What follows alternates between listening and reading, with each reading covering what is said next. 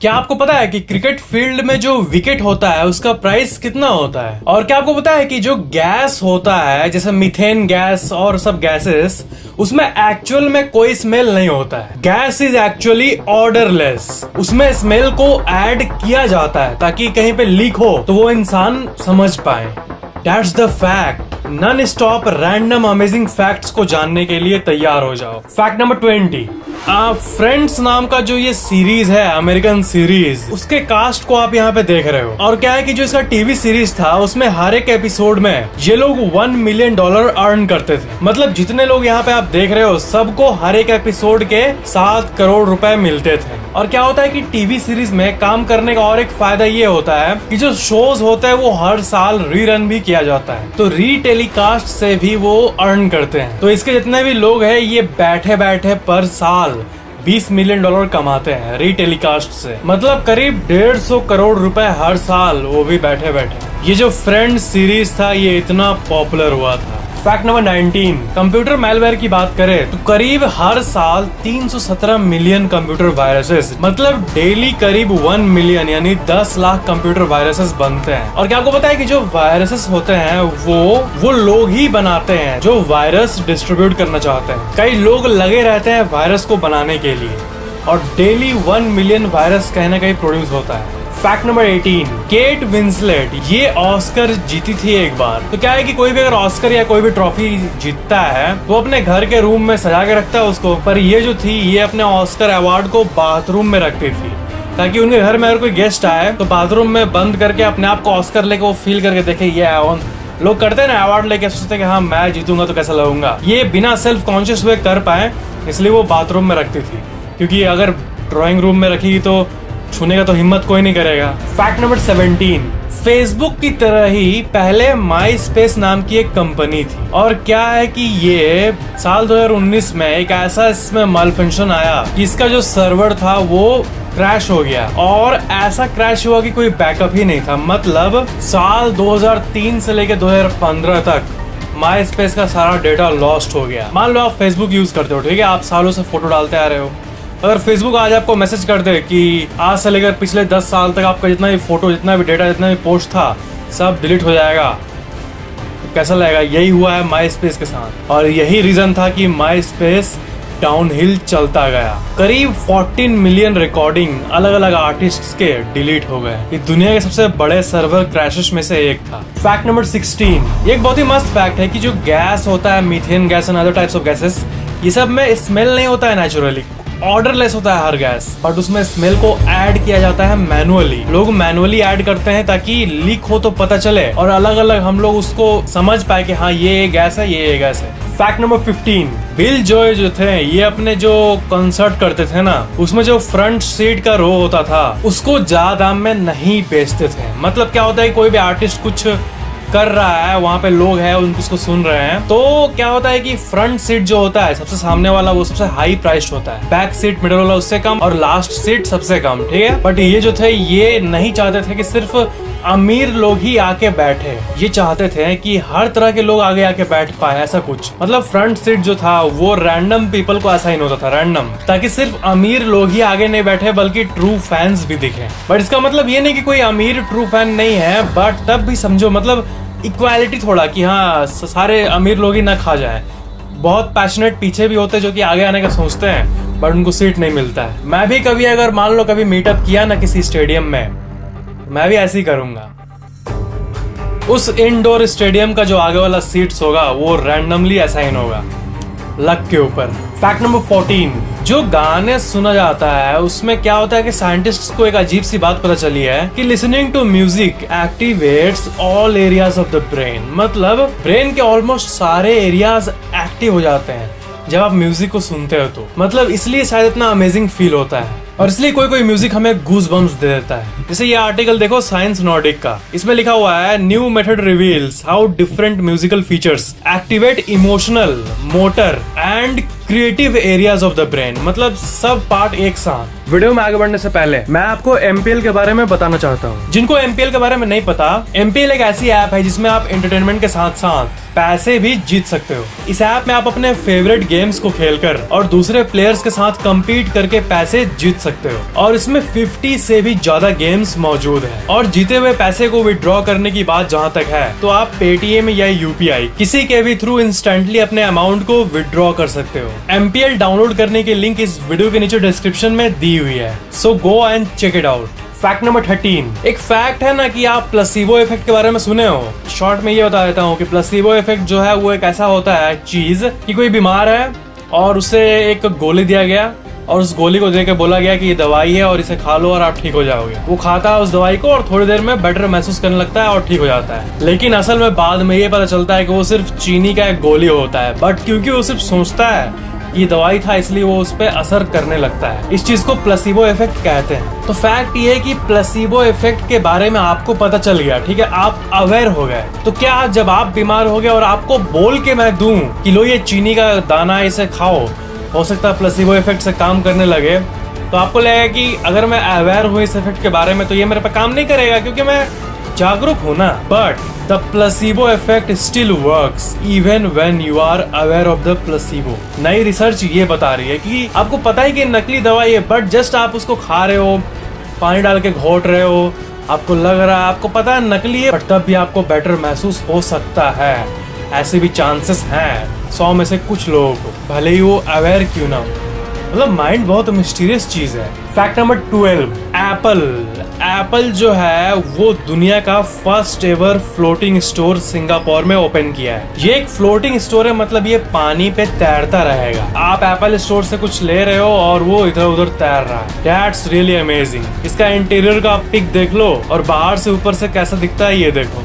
इस आईपीएल आप एमपीएल यानी मोबाइल प्रीमियर लीग के फैंटेसी कॉन्टेस्ट में हिस्सा ले सकते हो, जिसमें कि अगर आपके चुने हुए प्लेयर्स मैच में सही खेल गए तो आप पैसे जीत सकते हो। और एमपीएल आपके लिए सीजन पास भी ले आया है। आप ₹99 का सीजन पास खरीद के पूरे आईपीएल में फैंटेसी खेल सकते हो। पूरे आईपीएल के दौरान मेगा कॉन्टेस्ट में फ्री एंट्री मिलेगा आपको with just ₹99 pass. Fact number 11, internet का जितना भी ट्रैफिक होता है, इतने लोग जो आ रहे हैं इंटरनेट पे, आपको पता है कि 100% इंटरनेट ट्रैफिक को अगर हम लोग ब्रेक डाउन करें तो 51% जो है ना वो नॉन ह्यूमन ट्रैफिक है। इंटरनेट पे गूगल का जो इंजन है, सर्च इंजन, वो क्या है कि हर एक वेबसाइट को विजिट करता है, ठीक है। तो ये हो गया सर्च इंजन का ट्रैफिक। और बहुत सारे ये होते हैं जो कि नेटवर्क के थ्रू वायरसेस को स्प्रेड करते हैं। तो क्या है कि ये सब जो अलग टाइप का ट्रैफिक है इंटरनेट का, ये 51% है और 49% ही ह्यूमन ट्रैफिक है जो लोग कर रहे हैं, बाकी मशीन्स और रोबोट्स करते हैं।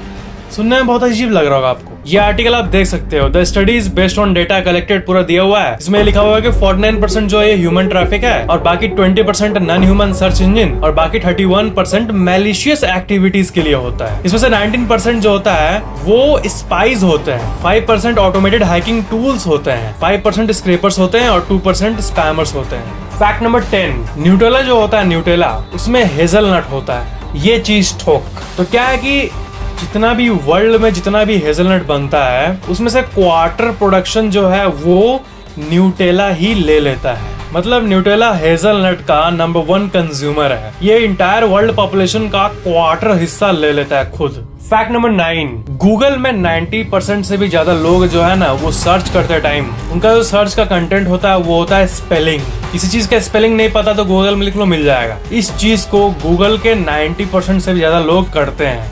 क्या आप करते हो? शायद करते होंगे। फैक्ट नंबर 8, जब भी मैं आपको बोलता हूँ सीरी, तो सीरी से जो सीरी है एप्पल की सीरी, वही माइंड में आता ज्यादातर जो एप्पल की सीरी है, बट ये एक्चुअल में एक गर्ल का नेम भी है, ये मत भूलो। तो क्या है कि वेस्टर्न कंट्रीज में, अमेरिका साइड में एप्पल, मैक, सीरी, एलेक्सा, ये सब नेम होते हैं एक्चुअली में लोगों का। तो क्या है कि टेक्नोलॉजी जो है ना ये नामकरण को भी इन्फ्लुएंस कर रही है। साल 2012 में अमेरिका में बहुत लड़कियों का नाम एप्पल रखा गया, बहुत लड़कों का नाम मैक भी रखा गया। मैक तो एक कॉमन नाम है, मैक है मैक। और बहुत सारे लड़कियों का नाम सीरी भी रखा गया, ठीक है। और ये बढ़ रहा है। बट एलेक्सा, जो कि अमेरिका में गर्ल्स के सबसे कॉमन नेम्स में से एक है, वो नाम हर साल करीब 6000 लड़कियों के पेरेंट्स रखते हैं। जैसे साल 2015 में 6050 लड़कियों का नाम एलेक्सा रखा गया था उनके पेरेंट्स के द्वारा। बट साल 2015 के बाद जब अमेज़न का एलेक्सा आया, तब उस टाइम से लेकर आज तक जो ये रेट है वो कम हो रहा है, और साल 2018 में सिर्फ 3000 गर्ल्स का नाम एलेक्सा रखा गया। पसंद नहीं क्या किसी को एलेक्सा? पता नहीं, सीरी का बढ़ रहा है, एलेक्सा कम हो रहा है। मतलब यही है कि टेक्नोलॉजी कैसे नामकरण को इन्फ्लुएंस कर रहा है। अमेजिंग। फैक्ट नंबर 7, गैट्सबी एक किताब का नाम है बाय अर्नेस्ट विंसेंट राइट, और ये एक ऐसा किताब है जिसका आप पोस्टर देखो, ई दिख रहा है आपको, बड़ा छोटा हो रहा है, ई लेटर ई लिखा हुआ है। तो गैट्सबी जो है ये 50,000 वर्ड का एक नॉवेल है, और ये पूरे नॉवेल में कहीं भी ई वर्ड का इस्तेमाल नहीं होता है। That's amazing. Fact number 6, UPS के बारे में आप क्या सुने हो? यूपीएस जो कि एक पार्सल कंपनी है। मेरा जो गोल्ड प्ले बटन आया था यूट्यूब की तरफ से, वो यूट्यूब ने यूपीएस के थ्रू ही भेजा था। तो फेडेक्स की तरह ही यूपीएस एक बहुत ही फेमस कोरियर कंपनी है। तो इसके बारे में अमेजिंग फैक्ट ये है कि यूपीएस जो है ना, वो 2 टीनेजर्स मिलकर शुरू किए थे, जो कि $100 अपने एक दोस्त से उधार लिए थे और बाईसाइकिल में डिलीवर करना स्टार्ट किए थे। क्लाउड रेयान और जिम केसी, यही दोनों। फिर हल्का सा होटल के बेसमेंट में इसका सर्विस बढ़ने लगा, और उसके बाद ग्रो करते करते आज ये $1 बिलियन यानी अरबों खरबों का कंपनी बन गया है। अमेजिंग। फैक्ट नंबर 5, जितने भी फ्रेंचाइज है हर एक कैटेगरी में, जैसे हैरी पॉटर, मार्वल का एवेंजर्स का पूरा फ्रेंचाइज, ये सब पोकेमोन का पूरा फ्रेंचाइज, जितना ये सब है, क्या आपको पता है कि सबसे हाईएस्ट ग्रॉसिंग फ्रेंचाइज कौन सा है? सबसे ज्यादा कमाने वाला फ्रेंचाइज वो है पोकेमोन। जी हाँ, पोकेमोन। उसके बाद आता है हेलो किटी। पोकेमोन का रेवेन्यू एस्टिमेशन करीब $100 बिलियन है। फिर आता है हेलो किटी, फिर आता है विनी द पू, ये मोटका ठोक, फिर आता है मिकी माउस एंड फ्रेंड्स, फिर आता है स्टार वॉर्स, फिर एनपेन मैन, फिर आता है डिज्नी प्रिंसेस, फिर जंप कॉमिक्स, फिर मारियो, फिर Marvel cinematic universe which is MCU, जो कि अभी के टाइम पे सबसे पॉपुलर है। फिर आता है Wizard World, Transformers, Spiderman, Batman, Dragon Ball, Gundam, Barbie, Fish of North Star, Toy Story, Cars, One Piece, Yu-Gi-Oh, Call of Duty. ये थे कुछ सबसे highest grossing media franchises. Fact number 4, Harry John Patch जो थे ये World War I के soldier थे, और ये यूरोप के सबसे ओल्डेस्ट लिविंग मैन में से एक थे। और सबसे बड़ा कोइंसिडेंस ये है कि जब ये मरे, जब ये इनका देहांत हुआ, तब इनकी जो एज थी वो था 111 years, 1 month, 1 week and 1 day। ये बहुत ही अजीब कोइंसिडेंस है। फैक्ट नंबर 3, हैलो इनफिनाइट नाम का एक गेम आने वाला है दिसंबर 2020 में। तो क्या है कि अमेजिंग बात ये है कि आप इसे देखो, ये ग्योजा है, और इसे हायर किया गया है उस गेम के अंदर एलियन नॉइजेस के लिए। मतलब इसका रियल आवाज यूज होगा उस एलियन का नॉइज बनाने के लिए उस गेम में। गेम्स रेडार का आप ये आर्टिकल देख सकते हो। फैक्ट नंबर 2, जब रॉकस्टार गेम्स GTA यानी ग्रैंड थेफ्ट ऑटो निकाली थी, तब बहुत सारे आर्टिकल्स में ये कहा गया कि ये गेम कंपनी पेड रिव्यूअर्स को नेगेटिव रिव्यू गेम को देने के लिए हायर की थी। मतलब बहुत सारे फैंस पॉजिटिव रिव्यू दे रहे हैं, बहुत नेगेटिव देंगे, और ये जो है ना सनसनी बरकरार रहेगा, तो ये गेम कंट्रोवर्शियल रहेगा। ये गेम हमेशा चर्चे में रहेगा कि हाँ ये अच्छा, ये खराब है, ये अच्छा नहीं, ये खराब नहीं है। कंट्रोवर्सी में रहेगा कि अच्छा है कि खराब है, पॉपुलर रहने के लिए। और बहुत लोगों का मानना है कि GTA का सक्सेस का सीक्रेट भी यही है। मतलब वो लोग नेगेटिव पब्लिसिटी के लिए पे करते थे रिव्यूअर्स। इससे ऑडियंस को लगता है कि ये बहुत कंट्रोवर्शियल गेम है। और पॉजिटिव पब्लिसिटी हो या नेगेटिव पब्लिसिटी तो पब्लिसिटी ही होती है ना, लोगों के नजर में आना, और इसके लिए लोग कुछ भी करते हैं, आपको पता ही होगा। फैक्ट नंबर 1, जो विकेट्स मैचेस में यूज होते हैं उनका प्राइस एक्चुअली में 25 लाख से लेकर 30 लाख रुपए के बीच में होता है, यानी करीब $40,000। ऑस्ट्रेलिया के एक डिजाइनर जिनका नाम था ब्रॉन्टे एकरमैन, उन्होंने ही इस LED विकेट का इन्वेंशन किया था। इस विकेट के अंदर लो वोल्टेज बैटरी होता है और कई सेंसर्स भी होते हैं। जैसे ये बेल विकेट से अलग होता है 1,000th ऑफ ए सेकंड में, यानी कुछ मिली सेकंड्स में ही ये डिटेक्ट कर लेता है और रेड जलने लगता है। इतना बारीक सेंसर इसमें बना रहता है। इसकी टेक्नोलॉजी बहुत सिंपल लगी है आपको, मतलब कि कोई भी स्टूडेंट इसको बना सकता है। कुछ इलेक्ट्रॉनिक्स और नॉलेज का यूज करके। बट मेन बात है इसका प्राइस जो है इतना अनयूजुअल 25 लाख इसलिए है क्योंकि इसका जो सेंसर है वो अल्ट्रा सेंसिटिव है। आप जो सेंसर बनाओगे वो कभी काम करेगा, वो तो बेल उठने के बाद भी एरर करेगा, ये करेगा या देरी से होगा। बट ये विकेट जैसे बेल उठता है 1,000th ऑफ ए सेकंड में वो लाल जल जाता है।